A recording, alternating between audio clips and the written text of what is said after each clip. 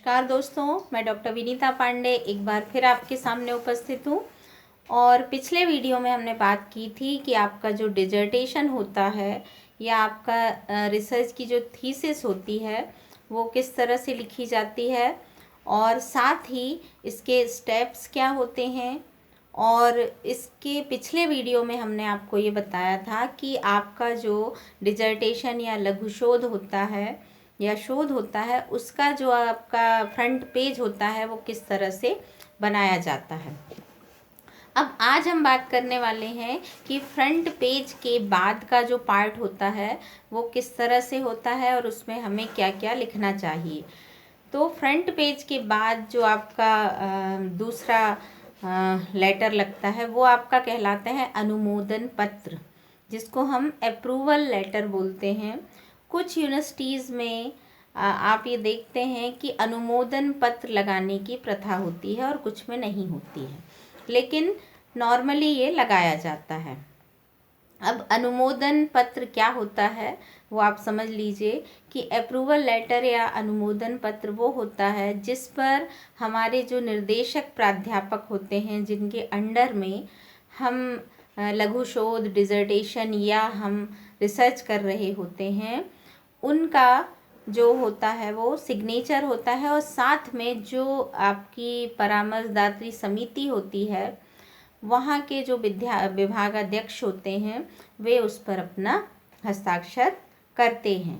तो जब आपको ऐसा कोई लेटर मिलता है तो आपको उस दशा में ये अनुमोदन पत्र जो है वो ज़रूर अपनी डिजर्टेशन और थीसिस में आपको लगाना चाहिए। यदि आप उसका उल्लेख जो है किसी भी उसमें विशेष उसमें वर्णित करते हैं तो संबंधित संस्था द्वारा उसकी आकृति जो होती है वो निर्धारित करती जाती है। जैसे आपने देखा कि यूनिवर्सिटीज़ का जो लेटर होता है वो उसमें आपके जो गाइड होते हैं उनके द्वारा ये लिखा होता है कि मैं ये सर्टिफाई करता हूँ कि ये जो मेरा विद्यार्थी है ये इस टॉपिक पर रानी दुर्गावती विश्वविद्यालय, अदर जो भी विश्वविद्यालय है आपका, उसमें इस लघु शोध को की समस्या को चयनित करके ये लघु शोध जो है वो मेरे निर्देशन में पूर्ण किया गया है। ये ऐसा एक अप्रूवल लेटर जो होता है वहाँ पर आपके जो निर्देशक होते हैं वो आपको हस्ताक्षर करते हैं। इसीलिए आपको डिजर्टेशन में भी सेकेंड पेज पर आपको अनुमोदन पत्र या अप्रूवल लेटर जो होता है वो ज़रूर लगाना चाहिए। साथ ही इसमें आपको ये चाहिए कि आप जो आपके गाइड होते हैं या मार्गदर्शक होते हैं उनको अपना टॉपिक दिखाएं, सारी चीज़ें उनसे डिस्कशन करें और उनके सजेशन को आप सर्वोपरि रखें, क्योंकि सबसे ज़रूरी चीज़ ये होती है कि आप वेरिएबल और जो प्रॉब्लम आप ले रहे हैं उसको आप कितनी उसकी रिसर्च डिज़ाइन जो है वो कैसे करेंगे, कितना आपका सैम्पल साइज़ है, ये सारी चीज़ें आपको अपने गाइड से ही डिस्कस करनी होती है। और जब गाइड उसको देखते हैं, और चूँकि वो इतने वर्षों से कार्य कर रहे होते हैं और साथ ही रिसर्च का अनुभव भी होता है, तो उसके आधार पर वो आपको बताते हैं कि आपके लिए क्या सही है और क्या गलत है। इसलिए हमें उनके अप्रूवल लेटर को अपनी थीसिस या डिजर्टेशन में हमको ज़रूर स्थान देना चाहिए और फ्रंट पेज के बाद जो है वो अनुमोदन पत्र या अप्रूवल लगाना चाहिए। तो आज के लिए बस इतना ही।